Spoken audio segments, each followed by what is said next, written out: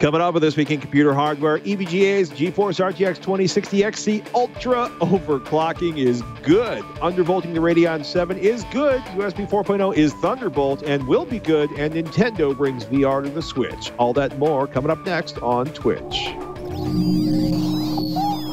Netcasts you love. From people you trust. This is Twit. This is Twitch, This Week in Computer Hardware, episode 507, recorded on March 7th, 2019. Overclock, Undervolt, and Thunderbolt. This episode of This Week in Computer Hardware is brought to you by ExpressVPN. Check your online privacy with one click. Yes, it's that easy. For 3 extra months free with a 1-year package, go to expressvpn.com/twitch. Welcome to Twitch, This Week in Computer Hardware, Twitch's weekly show that aims to bring you the most useful, most engaging, most delightful, most informative, and hopefully the most accurate and useful hardware information you can get. We got shock, a whole bunch of talk about GPUs today, and some really interesting talk about USB 4.0, what it is and isn't. But right now, ladies and gentlemen, the most patient man in Michigan, at least right now, Sebastian Peak, PC Pur's editor-in-chief. Sir, why doesn't your Skype system crash the way mine does? Just careful planning, dedication. Absolutely no idea, actually. I've been lucky the last couple of weeks. Although I think it was like 2 or 3 shows ago I had to restart in the middle. So, you know, it's the luck of the draw sometimes. It fascinates me. Also fascinating, overclocking on the RTX 2060, much like overclocking on the 1660 Ti, is a charming and delightful thing, or is it? You got EVGA's new, their latest, the 2060 XC Ultra, which has a factory overclock, and then you overclocked it some more, and then you lit your studio on fire. I lied about that last part, but it sounds so dramatic when I say it. How is the overclocking going on the RTX 2060? Very, very well. I was happy with the results that I got just from my initial review of the Founders Edition that Nvidia sent. And that card is quite rare, I've noticed. It seems to be just completely missing from e-tail and Nvidia's site every time I look for it. And there's a lot of partner cards, obviously.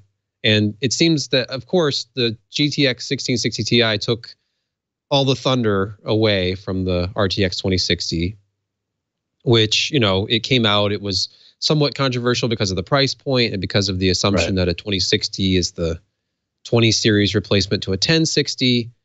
And I think, so the 1660 Ti comes out and, you know, that becomes the much more reasonable alternative to the 1060. But if you're just looking at straight up performance, I always thought the 2060 was a good value proposition, though not exciting, but fair at $349.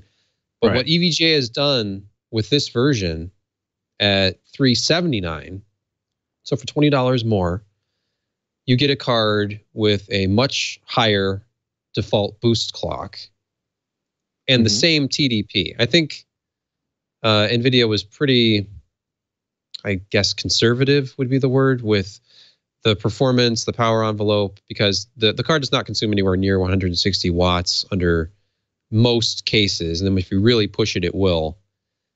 And just has the single 8-pin power connector, just like we saw with the newer GTX 1660 Ti. But this Ultra version, this XC Ultra from EVGA, it has a power limit of 114%, which really allows you to play with GPU overclocking a little bit more, like the GPU core overclock. And 1830 megahertz is the default boost clock on this card, which I believe the original, the stock is 1680. So a nice boost already. And then I could push my sample easily 90 megahertz beyond that, and that was fully stable in every test. I got it to go like a plus 120, but it wasn't stable in every single test.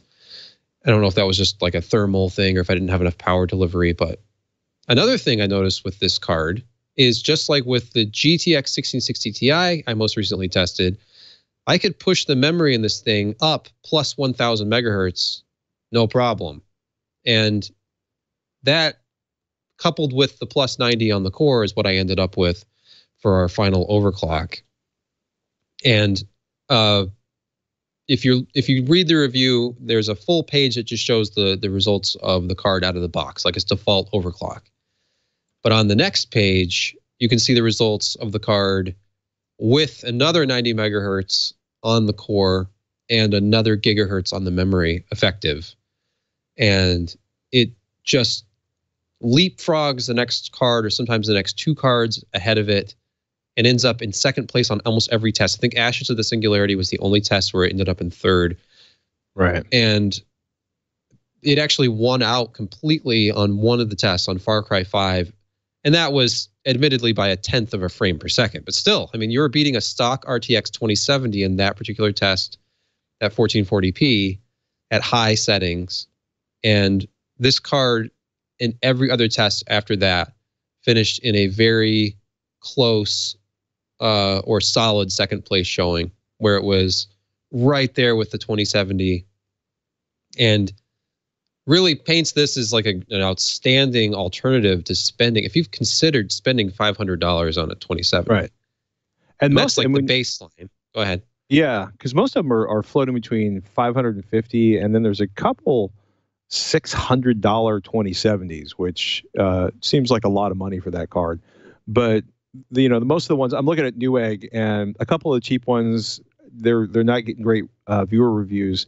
But a lot of $550 to $570 cards, you're basically talking about $200 worth of free performance. Now, obviously, we're not overclocking the GTX 2070 in this situation, or I should say, Sebastian's not overclocking the GTX 2070.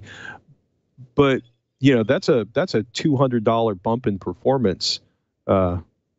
For 30 seconds of tweaking and a few restarts. That sounds like a pretty fat deal. Yeah, and you don't even have to have any knowledge at all. If you're scared off by the prospect of overclocking, we're not adjusting voltage in any way. I didn't do any kind of voltage modification. This is simply turning up a dial in a software program and seeing if it runs stable. And one of the easier things you can do is Nvidia has this thing called the OC scanner, which is integrated into EVGA's Precision X1 tool and also into MSI's Afterburner tool.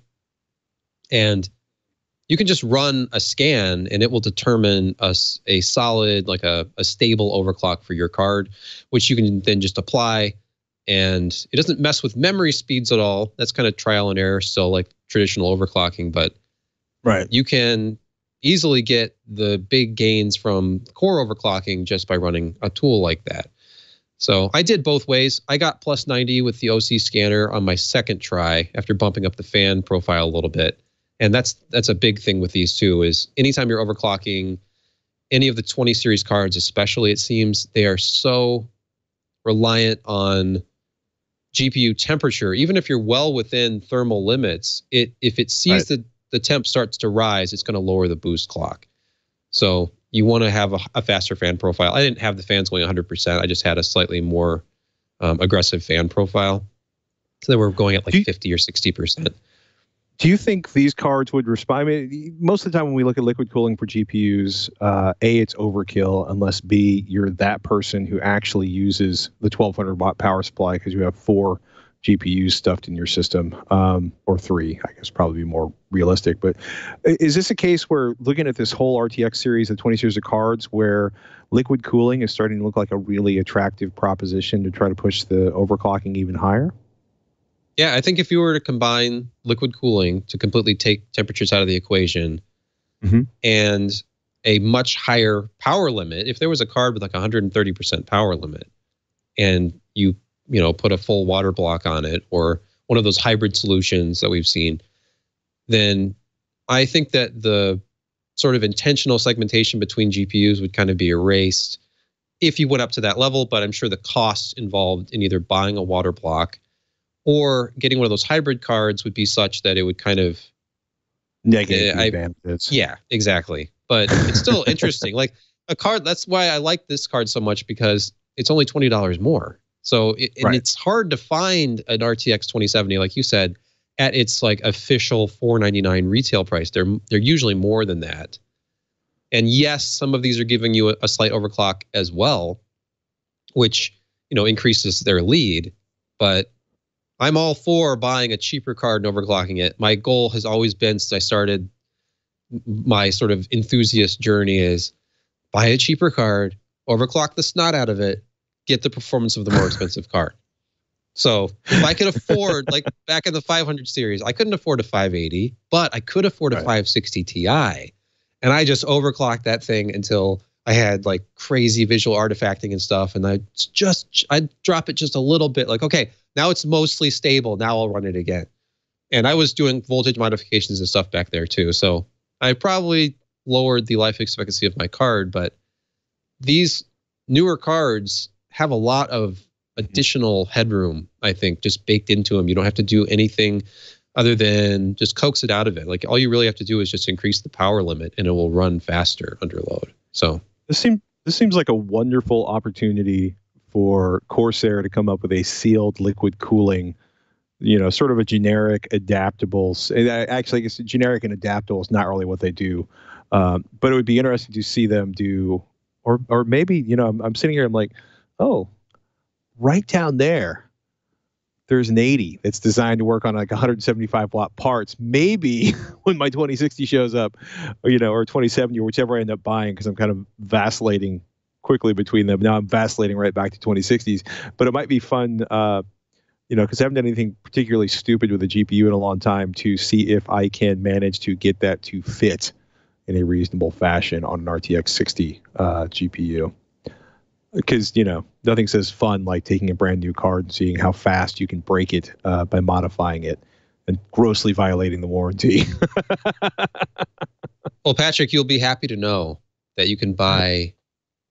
Corsair makes these brackets so that you do exactly what you're talking about. I'm looking at one here that's $50. I have to see what it actually supports. But, this is for Radeon series cards. But they do exist. The Hydro series GPU liquid cooling brackets, if you search around for them. And that's another option. I know that there's more than one company that does this, but just basically puts a shroud over the GPU once you pull the stock cooler off, and you can put one of their, CPU liquid cooling units on it. I love how the design has it set up so that it takes the existing fan, or gives you an additional fan, shifts it over, puts the water block directly over the GPU itself. I'm not buying an AMD Radeon to test this, or AMD Radeon 290, but I can, this looks alarmingly doable.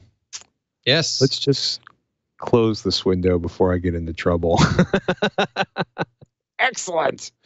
So a big thumbs up on the EVGA, the GeForce 2060 XC Ultra.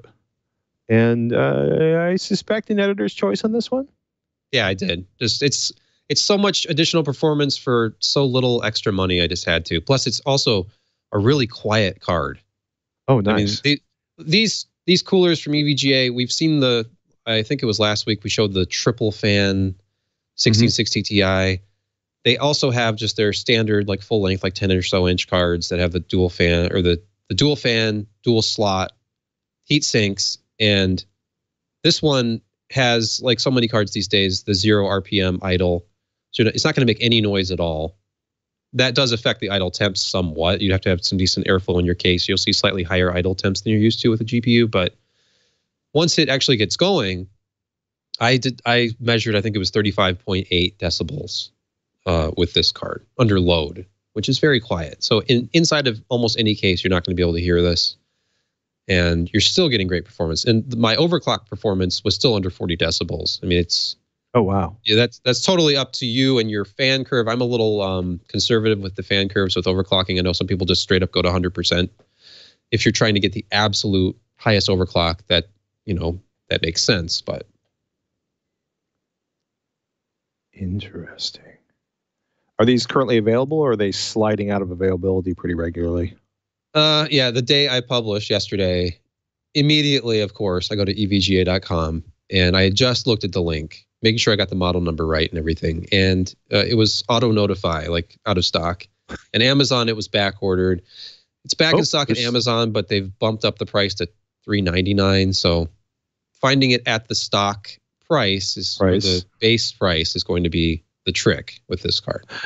That's so last year. Yeah, I know. RTX, come on, guys. We're onto the GTX cards now. Please. Looking forward, you know, most financial or investor sort of communiques from companies tend to be long on excuses or long on predictions and very light on actual product information. There was some not subtle information in AMD's slide deck that they dropped in, I want to say last week. And actually, this one, I guess, came out. People found this today. Second generation Ryzen mobile chips, AMD-powered Chromebooks, of course, the third generation desktop Ryzen 3000 chips we expect, quote, mid-year, unquote. The tech report has a nice kind of summary of what's going on there and a couple of the slides.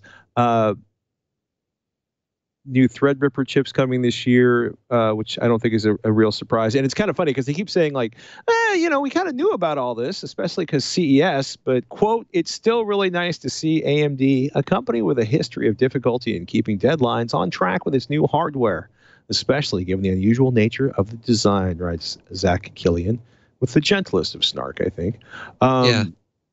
The graphics architecture roadmap also kind of summarizes something we already knew.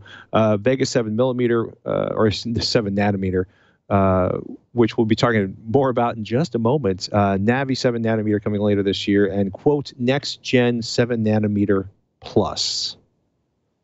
So the rumors that Mr. Killian's talking about is possibly 3 cards at E3 this summer, which would be a big deal, and probably if they perform the way we might expect a next generation 7 nanometer part to perform, I think we'll be able to hear. I will be able to hear the screaming from NVIDIA's home offices. You may also be able to hear the NVIDIA screaming. Certainly, if it gets amplified on Twitter or YouTube, the way the last round of CES screaming came out. But I think that maybe they'll have learned their lesson about that a little bit, like maybe less of a public spectacle with the back and forth, but it's entertaining. I mean, I'll take more of it, even if somebody has pulled them off to the side and say, well, you know, the board is concerned that you are vocalizing this too much in public. But what were you thinking? What were you thinking? Were you thinking at all? From the things you probably assumed or at least suspected, but now you have some sort of confirmation. GeForce, I'll call it a white paper, although it's really basically a story that GeForce put together. I think, call me crazy, possibly to influence people to buy more GPUs.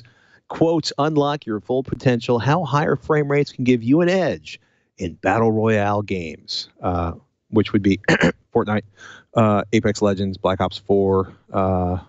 You know, this is obviously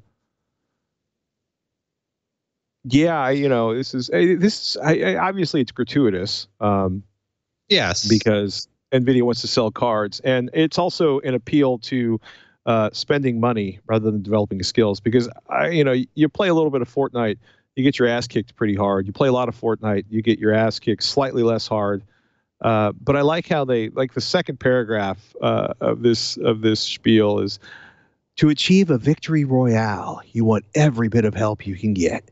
Getting your favorite weapon, tier 3 armor, and an advantageous position are key, but how does hardware factor into your victory or defeat in battle royale? And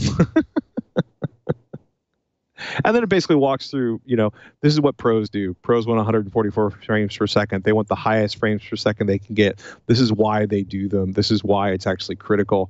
And it really comes down to minimizing the latency on the response of your reactions on the keyboards, which is great if you're part of the 1% of the planet or 0.03% of the planet or 0.0 whatever percent of the planet that actually processes this stuff information and can react quickly enough. I mean, it's interesting. There's not, for example, there's not a lot of professional race car drivers who, don't have extraordinary reflexes. And so you give them amazing tools and they give you extraordinary lap times. If you give the average human being the same sort of tools, i.e. incredibly powerful race cars, they usually hit a wall at 170 miles an hour. but you're unlikely to physically damage yourself with a faster GPU. I feel confident in saying that. But it's interesting, right? They're really kind of pushing the esports angle, talking about the higher frame rates, and looking at the latency in milliseconds. The blue, by the way, in that chart we were looking at earlier was an Intel HD 630 versus a 750 Ti versus an RTX 2080.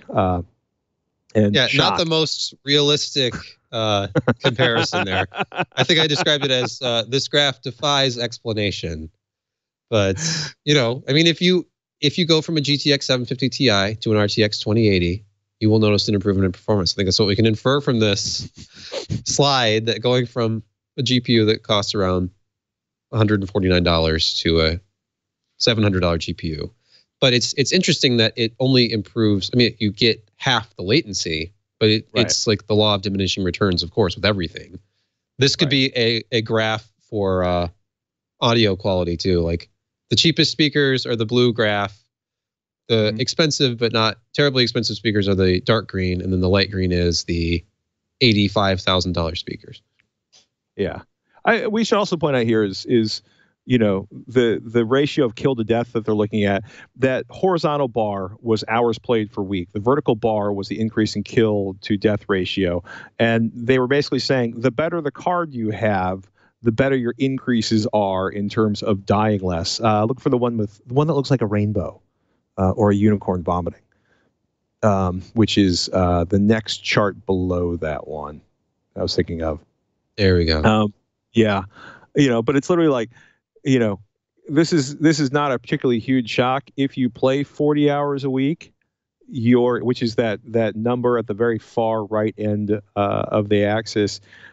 You improve a lot more, and if you play better, if you play 40 hours a week with vastly better equipment, you probably kill more. Now, we could also say that this would suggest that extreme players who have the budgets to have the absolute tools available do better than ones who don't have the absolute tools available, although that's a 1080 Ti, not an RTX 2080 Ti. But, they're talking about 150% going to 300%. And part of me also wonders if that's kind of self-selecting by the people with the most money and the most time do the best in terms of this. But in any case, if you can swing a 144 or 240 hertz monitor, if you can afford a GPU that'll feed it all of the pixels, Nvidia feels confident that you'll become a better online battle royale badass, more faster, better. The only alternative is to get yourself a CRT and run at 320 by 200. Then you'll you'll dominate everybody. If you can hit them at all. Oh yeah, you can even see them. Gets a little 8-bit there. The other thing is, you mentioned AMD has new bundles coming out with cards because Nvidia kind of tweaked their bundles. I wonder if 2080 or RTX 2080 and 2080 Ti sales are a little soft because now you get Battlefield 5, Anthem, and Metro Exodus if you buy one of those, and then you still get Battlefield or Anthem or Metro if you buy a 2070 or a 2060 right now. So the bundles have not run out, and in fact, the bundle has gotten vastly sweeter at the 2080 Ti and 2080 level. So I wonder if the cards are not moving as fast as they would like. Yeah, based on their financials, it didn't sound like that. At least the last quarter had been, every report I see shows that it's a percentage drop from year over year, and that's even outside of the crypto mining craze. AMD, that's one of the great things about competition, obviously, because AMD, when they came out with the Radeon VII, one of the things they passed along to the reviewers too is, hey, by the way, we also have this Raise the Game fully loaded bundle, which is 3 games. So if you buy a Radeon VII, you get Resident Evil 2, Devil May Cry 5, and what is this other one? Division 2 for free. And they kind of took that down the product stack to the RX 590, 580, and 572. So now to say that, Nvidia, which had a game bundle, which I think offered just 2 games, they've added Metro Exodus to the bundle, and it's the same $180 that AMD has been saying that they're offering. So it's Now, if you're looking at Radeon 7 versus RTX 2080, and AMD had the more attractive free game bundle, if you consider that across the board, AMD does trade blows with the RTX 2080 at the same price point. Now, Nvidia can say the same thing. Well, now it's totally dead even at this point. You just have to decide exactly which features you want or what have you. So it's good to see them kind of level the playing field. If it does affect people's decision to buy, obviously that's what they want. Kind of like with this, how higher frame rates can give you an edge in Battle Royale. Like Battle Royale is really big right now. Maybe somebody would want to be lured by the prospect of increasing their kill to death ratio in a Battle Royale game. And oh, by the way, here's some free games if you buy one of our cards. So it's just smart marketing, but it's marketing. It's okay to market if you market well. And, you know, free games are always nice if you don't already own them. The other thing that was coming out today is this is a classic Kyle from Hard OCP kind of line. Quote, "This is quite a fun video card to tweak." I can hear it in that big voice of his. He was looking at chilling and undervolting the AMD Radeon VII. If the idea of chilling or undervolting sounds peculiar, the idea is that you reduce the temperature to, drop the voltage to reduce the temperature to try to increase the efficiency to give you the same gameplay experience or to tweak some more gameplay experience out of the card. So he was playing around with Radeon Wattman and Radeon Chill. And I have not spent any time with those because I have not had an AMD GPU in approximately forever. So I assume those are built into the basic Radeon interface software and allow you to get kind of nutty with the controls on the voltage and the fan. Yeah, they're not the easiest to access. Like you have to know where to look. I admit you started that sentence with your pain dies on. If you're watching the video. My experience with where is this? Oh, it's in this menu and then down and then it's okay. And once you know where it is, like it would be nice if it was just a big button when you open up the application, the Adrenaline driver that just says, "Hey, free performance here." But Brent Justice helped out Kyle with this review over at Hard OCP, and I actually, this has been out for a couple of weeks now. I read this when it came out, but it's very interesting to see that undervolting is not giving you a huge drop in temps, because what you're doing is you're sort of manipulating the card in the way that it boosts, and similar to what happens with Nvidia cards with GPU Boost 4.0, where it's looking at a bunch of different things, looking at the actual core temperature, it's looking at the voltage and the power limit and everything else. When you lower the voltage with these cards, it's counterintuitive, but it's giving you higher frames per second on average and significantly higher minimum frames per second in a lot of these tests, because it's never having to downclock because of hitting some sort of a thermal or voltage limit. And what this actually results in is higher temperatures. I think across the board in Brent's testing, he saw higher temps, but he was also seeing significantly higher. Like in Far Cry 5, the minimum recorded core speed was way down to 84 megahertz, because it would drop down almost to nothing and then work back up again. And those dips were pretty much gone when he undervolted. The lowest clock was 700 megahertz when he undervolted. So just much smoother overall gameplay by undervolting. The Radeon Chill, though, like Chill is absolutely favoring thermals and noise. So you get much quieter fans and lower temps, but then your performance drops significantly. So if you're after pure performance and you don't mind the fans having to spin up, or if you're water cooling, I know there's at least one full block for the Radeon 7 now, then absolutely just undervolt, find your stable undervolt, and then see how high you can get the clocks to go.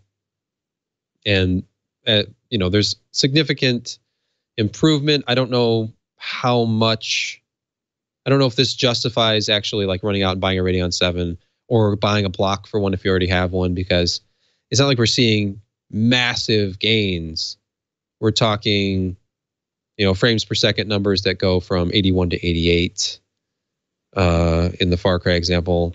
Or I saw some other gains that I think were a little bit in Shadow of the Tomb Raider, which is a terrible game for AMD cards anyway. The performance was pretty much flat, but that's kind of a fringe case in almost every card that I've tested that significantly favors Nvidia. But Wolfenstein 2, he saw pretty much flat, but I think the big thing was minimums. The minimum clocks are always higher when you undervolt, so you do get smoother gameplay. So definitely worth doing. If you have a Radeon 7, tweak the voltage a little bit, see how much lower you can run it, and you'll probably get noticeably smoother gameplay and some higher frames per second, and especially in games like Far Cry 5, which are optimized for Radeon hardware. Yeah, I just, the whole idea of undervolting is such a strange concept. The word counterintuitive comes to mind, but the results are definitely speaking for themselves. Jeremy's got a good write-up of a Digitimes article. How about some good news for a change like a GPU price correction? It was revealed, shock, last year, that perhaps cryptocurrency did help Nvidia out a lot. And there's this magnificent shot for everybody watching the video of a display case just absolutely stuffed with GPUs. And the thing people have been talking about for quite some time, sort of inside the industry, is that card manufacturers have a staggering amount of inventory, and a staggering amount of inventory that they don't necessarily want to be released. And we could argue about whether this is legit or whether it's only taking place at, say, the 3 gigabyte, 6 gigabyte 1060s and the 1070s, because there's very little 1080 GTX 1080 inventory available anywhere. But essentially, that Nvidia priced the new cards just well enough to make them much more compelling over the much old cards that are now stuffing warehouses all around the world. It feels like this could be exaggeration. It's a question about whether or not you buy into Digitimes reporting on this. I certainly was hearing at the tail end of 2018, beginning of 2019, that there was a ton of inventory that vendors were a little terrified about because they knew the new cards were coming.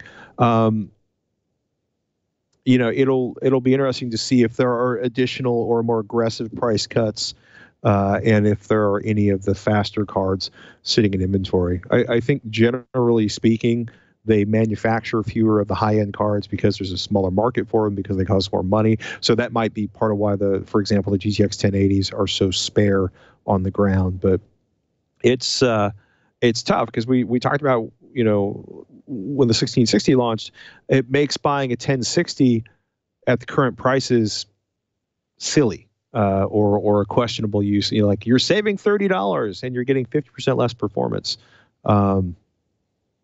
So not a huge shock on this, but if you are looking for a 1080p card at a bargain price, keep an eye on Camel. Keep an eye on your favorite vendors, and maybe there'll be a giant dump at some point. But I have a feeling the vendors are trying really, really hard. The manufacturers are trying really, really hard to kind of keep this stuff trickling out to minimize their losses on the cards they didn't sell after the cryptocurrencies crashed.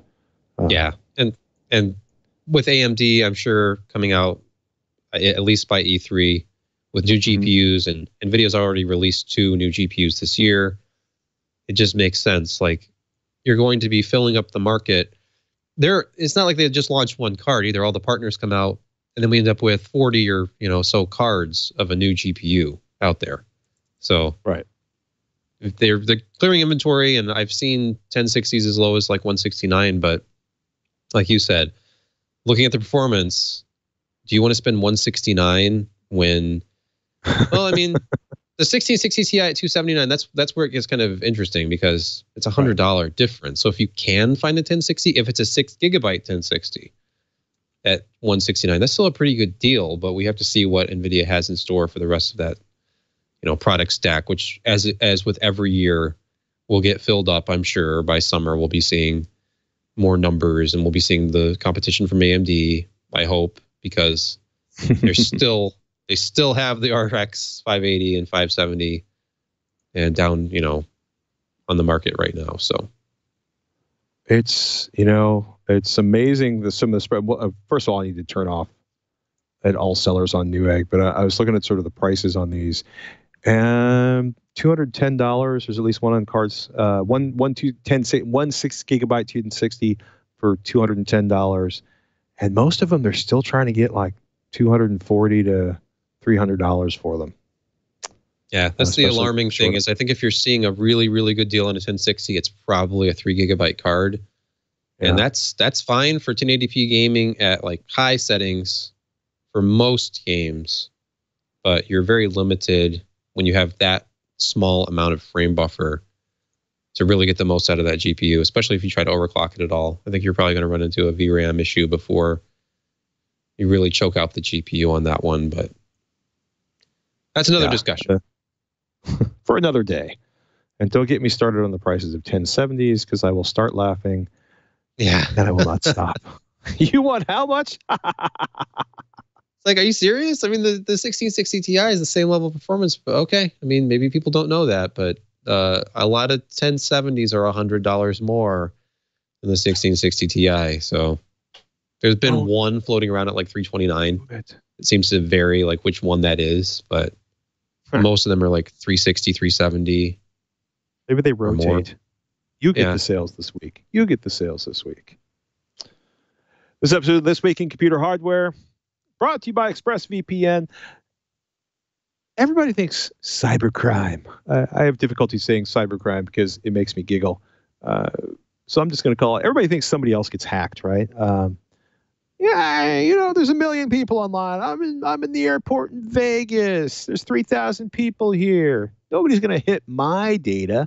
They're not going to go after my information. Trust me, you don't want to be on public Wi-Fi without a little protection. It's just something you don't do if you want to be safe. Because when you leave your internet connection unencrypted, it's like, writing information on the wall. It's leaving your system open. It's leaving it accessible. It's letting people know what you're doing. If they want to start looking at the packets and sorting through what you do, and it's easier than you think. Just don't run a VPN. For example, I'm running ExpressVPN, our sponsor of the show, to protect myself. It's a VPN, right? It secures your connection to the internet. It anonymizes your internet browsing. It encrypts your data. It creates a little private tunnel for you, hides your public IP address, keeps your DNS searches away, so your ISP or your neighbor or your boss or the router that you're connected to doesn't know what you're doing. It's a really simple. The app is easy to use. If you can press a button, you can run ExpressVPN, right? It just sits quietly. It waits in the background. You can run it 24/7 if you want to. You can turn it on when you need it. But really, when you need ExpressVPN, you click a button on the screen, one big fat green button, and you are good to go. You can safely surf on public Wi-Fi without being snooped on or having your personal data stolen, and it's cheap. For less than $7 a month, you can get the same ExpressVPN protection that we're using over here at This Week in Computer Hardware. ExpressVPN, rated the #1 VPN service by TechRadar, comes with a 30-day money-back guarantee. We want you to like it. We want you to try it. We want you to like it. We want you to be safer online. Protect your online activity today and find out how you can get 3 extra months free with a 1-year package at expressvpn.com/twitch. That's expressvpn.com/TWICH for 3 extra months free with a 1-year package. expressvpn.com/twitch to learn more. And we want to thank ExpressVPN for their support of This Week in Computer Hardware. Oh, boy. We were laughing on Tech Thing this week. Shannon's very excited about USB 4.0 because she spends a lot of time moving videos over a USB connection. And, of course, we were laughing about USB 3.2 and the renaming conventions. And I was really laughing because Shannon pulled up a diagram that talked about USB 4.0 versus 3.2, 10 gigabit per second, formerly known as 3.1, and on down the line. And I was laughing because the big graph in question didn't actually have the 3.2 naming updates despite the fact that they're using it to announce USB 4.0. But the thing that really made me laugh was pointing out that the future of USB on the PC platform, which we're probably not going to see until 2021, is essentially where USB has been on Apple's platform since 2015. And we're talking about Thunderbolt 3 finally being opened by Intel like they promised a couple of years ago. Not open sourced, but essentially they're going to let manufacturers, build it without a license. They're not going to charge a royalty for the use of the technology or the spec. The protocol specification, to be more accurate. This will, of course, help Apple. It will help Intel. It will help the growth of Thunderbolt. Are you excited? Do you care? Are you just going to wait 2 years for it to actually show up? Or are you still laughing about, Windows 3.2 / X post super awesomeness? I'm curious to see the motherboard designs that incorporate just USB 4.0 ports. That'll be interesting. A bunch of Type-Cs on the back. Like, think about how many ports you could fit on the back of a motherboard. But, I mean, it's... At least we're going to have a USB 4.0. And it's funny, after we talked about 3.2, and we're laughing at them for this ridiculous naming scheme they came up with. Right. And why don't they just come up with a USB 4.0? What is this love affair with 3.x? And it turns out they were apparently just waiting for Intel to just turn Thunderbolt 3 loose. It's like they knew, but they couldn't say. Right. Like, well, here's 3.2, guys. Well, why? Why are you doing this? Because we're turning Thunderbolt 3 into USB 4.0 next week. But they couldn't say, apparently. So here we are. Yeah, and now 40 gigabit per second Thunderbolt 3 from Apple computers is now going to be USB 4.0 on everything. Which I'm down with. Because I got a Thunderbolt port on the back of this Drobo under here that I can't actually use in the system I have. But it's... I don't know. It's one of those moments where also you're looking at it and it's like, literally, this spec is old. In terms of technology, this spec is middle-aged. And that doesn't mean it's bad, because obviously it's running twice as fast as the next generation spec that we're not going to get until later this year, which is Windows 3.2 20 gigabits per second, not to be confused with Windows 3.2 10 gigabits per second or Windows 3.2 5 gigabits per second, both of which were formerly known by different names that are written on the back of your computer or in the manual for your laptop. So that won't cause any confusion or frustration, I'm sure. Sorry, the name changes are starting to drive me nuts. I'm also curious what the cost is going to be. And more importantly, there was an interesting write-up on The Verge where they pointed out that, Thunderbolt's great. But when you open a spec, you lose a lot of control over the hardware manufacturers, and it'll be interesting to see what actually functions the way it's supposed to function across different vendors' products as they interact with each other over time. And the quality of the cables will be of concern, because I know that's been something with getting the maximum speed and reliability from Thunderbolt 3. It's not, as bad as eSATA, but it does require high quality or shorter length cables for maximum throughput. So we'll see how that works. I'm sure we're still going to be seeing the glut of inexpensive and possibly not properly tested, certified, or even constructed cables on Amazon, but I think that's just part of the tradition at this point. Plus, my whole body goes whenever you say eSATA. Like, yeah. I know. It just, you need a 10-inch cable, and it has to be like carefully suspended. Don't touch it during the transfer. It's all, your drive will be corrupted. Don't touch it ever. Optimizations to reduce performance impact of Spectre 2 mitigations. These are operating system level fixes coming from Microsoft to make life less painful after the Spectre 2 patches. Have you had a chance to test any of these? Have you even noticed any dramatic performance impacts after Spectre 2 updates? I have not. I think after the initial reports that it was going to be significant, there were a lot of cases where it was very slight, and some where it didn't really seem to affect things at all. I know that the site absolutely did do some testing around that time, and it was pretty minor. There was another exploit that Intel actually reached out to us to clarify, and it's basically there will be software level fixes. They said that software can be protected against such issues by employing side channel safe software development practices, including avoiding control flows that are dependent on the data of interest, et cetera, et cetera. But yeah, the software mitigations that we've been seeing since the Spectre meltdown patches were first issued have improved over time as far as their performance impact goes. And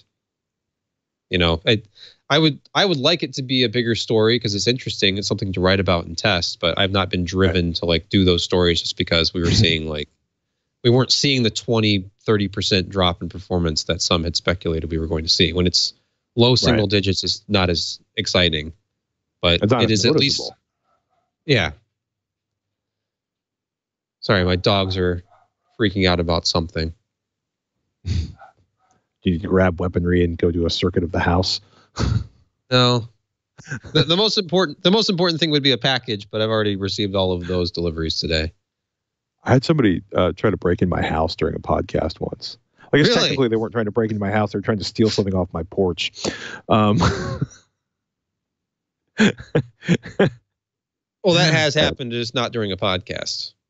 I actually had records stolen. I had a couple of records, I think it was. And just in one of those like record mailers, and somebody swiped it off the front step. That's just wrong. Stealing music is bad for you. Don't steal music. Yeah, don't steal music. This message sponsored by the RIAA. I knew you were close with them. In VR news, which we just haven't had a lot of lately, but I thought it was interesting. Nintendo. The Switch is a magnificent, incredibly popular device. If you didn't know that, seriously, they've sold a ton of them. They make the Wii look like a blip in terms of Nintendo sales over the last decade. What you're looking at here is their Labo. And one of the things Nintendo is trying to do with the Switch is expand its marketplace beyond the gamers. And they've come up with, it's the kind of their own take on DIY. So this, if it looks strangely familiar, it's because you've probably seen Google's Cardboard. And it's Cardboard meets VR by way of the Switch with Nintendo's Labo VR lifestyle. And it is interesting if you own a Switch and you're looking for some fun way to experiment. For example, children plus cardboard equals fun is a kind of universal recipe. But $80 gives you 6 kits. Which includes sort of the VR goggles, the rifle blast, a camera, the elephant, because VR elephants are the bomb. Then there's a Google Blaster and goggles kit for $40. And then once you have any of the goggles kits, you can buy sort of separate $20 kits to go on with that. I think these are interesting. I don't think if I tried to bring a Switch home, my wife would have intense words with me. Interesting to see that. Also interesting to see Nintendo kind of moving into this area because obviously Sony has had a lot of success with VR. And of course, we're waiting for the next generation products to show up from some of the larger, more gaming-oriented VR vendors. But if you're looking for something, if you have a Switch and you're looking for something to get the kids playing around with the device other than playing Zelda, that's something for you to check out. The thing I thought was interesting on the DIY bent is Google Coral. And this kind of showed up a few days ago pretty quietly. They had talked last year about a development board and a USB accelerator stick around Google's Edge TPU. So this is essentially a machine learning. I'm going to quote, actually, I should be smart and quote Alistair Allen's article up at hackster.io, but essentially purpose-built ASICs designed to run machine learning inference at the edge. And a couple of days ago, they launched these devices under the Google name Coral. And if you're watching the video, you can see the USB accelerator right there. And they also have a dedicated board. The USB accelerator sells for about $75. It's a USB stick.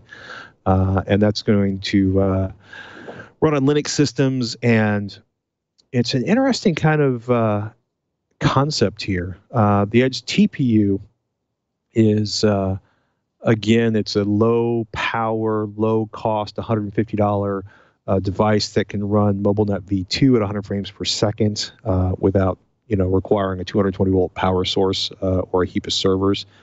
And the idea is that if you have embedded AI devices, this gives you a chance to play around and with inferencing on it without having to have a tremendous amount of engineering and design work inside of that. So I'm always kind of curious about DIY and affordable products, and this is kind of like a I love that moment when I have a board sitting in front of me, a single PC.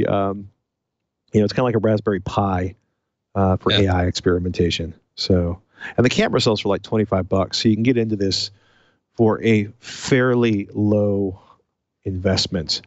The time it takes to figure out how to run it, with TensorFlow Lite and interface it with your devices may be a little more extreme. But I thought it was interesting. I just wanted to give a shout out to that if you were kind of curious about that. So,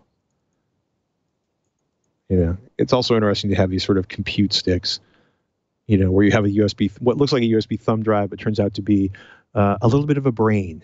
Not a particularly broad brain, but a very, very focused brain that allows you to play around with a little bit of AI locally. So, I don't know. The stuff fascinates me. Maybe because I'm continually trying to find an example of AI that I actually want in my life. And it's such a convenient package. I mean, what is more convenient than a Raspberry Pi for most things? And this is obviously a more powerful computer based on that idea. But what is this? $150? Yeah. I mean, it's obvious that they want to. I think it's obvious that they want to get these out and have people experiment with them and see what they can come up with. Yeah, I love the late '90s style GPU cooler on there. You noticed that, huh? Yeah, back when a 40 millimeter fan with a 2-pin cable was good enough. I'm also kind of curious to see what happens with this, right? There's a cryptographic coprocessor on there, Wi-Fi, Bluetooth 4.1, not a huge amount of RAM, but like 8 gigabytes of eMMC, which is not bad for something at that price. So we wait, ladies and gentlemen, with bated breath for the AI overlords to take over all of those difficult things like making decisions, ordering health insurance, or lunch. So we'll see. PCPro.com, ladies and gentlemen, that is the home of Mr. Sebastian Peak. Is there anything you can tweak or tweet or tease us with that's coming up on the website? I'm sworn to secrecy, Patrick. The exciting things we'll be talking about next week are things that I am unable to speak about at this time. I see. It's just that kind of, it's been that kind of year. I feel like every time we do a podcast, there's some embargo that, really limits what we can talk about. But hey, the year is young, and I'm sure we'll have a lot of exciting stuff to talk about next week. That's all. It's just another 9 a.m. Friday release, or is even that too much for you to speak about? I don't even want to think about that. But I will not speculate on any of the dates that I may or may not already know. Oh my goodness, ladies and gentlemen, that man's sworn to secrecy. I've been playing around with a $160 monoprice 3D printer, which is fascinating because A, it's so affordable, and B, it actually doesn't do a bad job of printing. But C, getting it to print something other than the Neko Kitty that Monoprice loads as a standard demo model on everything they sell is the story of time and pain that I won't get into this week. But if you guys are curious about 3D printing, do me a favor, tweet at Patrick Norton, or you can email twich@twit.tv. And I will talk about that a little bit next week. I don't think there'll be any shutting me up about it next week because it's been such a peculiar process. I feel like 3D printing keeps taking like one step forward, two steps back, spins around 3 times, falls on its face, and somehow manages to take 3 steps forward and pause there for a little bit, which is a weird metaphor even for me, but that's how 3D printing, I think, has been for the last couple of years. If you are an expert at 3D printing, this might be a fun way for you to print out a bunch of very, very small things in your spare time. But that's practically 3/4 of the review right there, so I'm going to stop so people will actually watch Tech Thing next week. It's also been interesting. I've been looking at some audio stuff that we'll talk about on PC Pro next week because I want to watch Sebastian drool just a little bit. That little bit of drool. Audio. Our nemesis. Why retire when you can buy more speakers and sell the old ones at a loss? That's that could be your autobiography, by the way. Why retire when you could buy more speakers, by Patrick Norton? It's a lifestyle choice. If this is your first episode of This Week in Computer Hardware, if this is your first episode of This Week in Computer Hardware, welcome to Twitch. This Week in Computer Hardware. Go to twitch.tv/Twitch for all of the information on how to subscribe to the show, download the show. You can stream the show right there off the webpage. You have links to myself, Patrick Norton, and of course, Sebastian Peak. If you're not familiar with Sebastian's work, you just go to PCPro.com. Just stop listening to the podcast. Go to PCPro.com and check out what the man does there. He's serious about the benchmarking and getting you the best possible information you can get to make a good decision when you're buying hardware. You can find more of me, should you not be sated with my terrible metaphors and my strange analogies. You can go over to techthing.com, tekthing.com, or avxl.com, which is the home theater and audio podcast I host with Mr. Robert Heron. We're getting a little crazy talking about Rune Audio, and I've had a lot of fun testing multiple Ethernet outputs simultaneously on NAS devices, which is a really weird thing to do if you've never done before, because they may not do what you think they would do, and what everybody says you need to do to get them to run in terms of buying a switch, expensive, may not actually be true. But that's a whole nother rabbit hole we don't need to get into right now. But NAS performance continues to fascinate and irritate me. Also, 10 gigabyte drives are really cool. Anything with 256 gigabytes of cache is awesome. Oh my goodness. Any last thoughts before we sign off till next week, sir? No, except networking is painful, and that's all.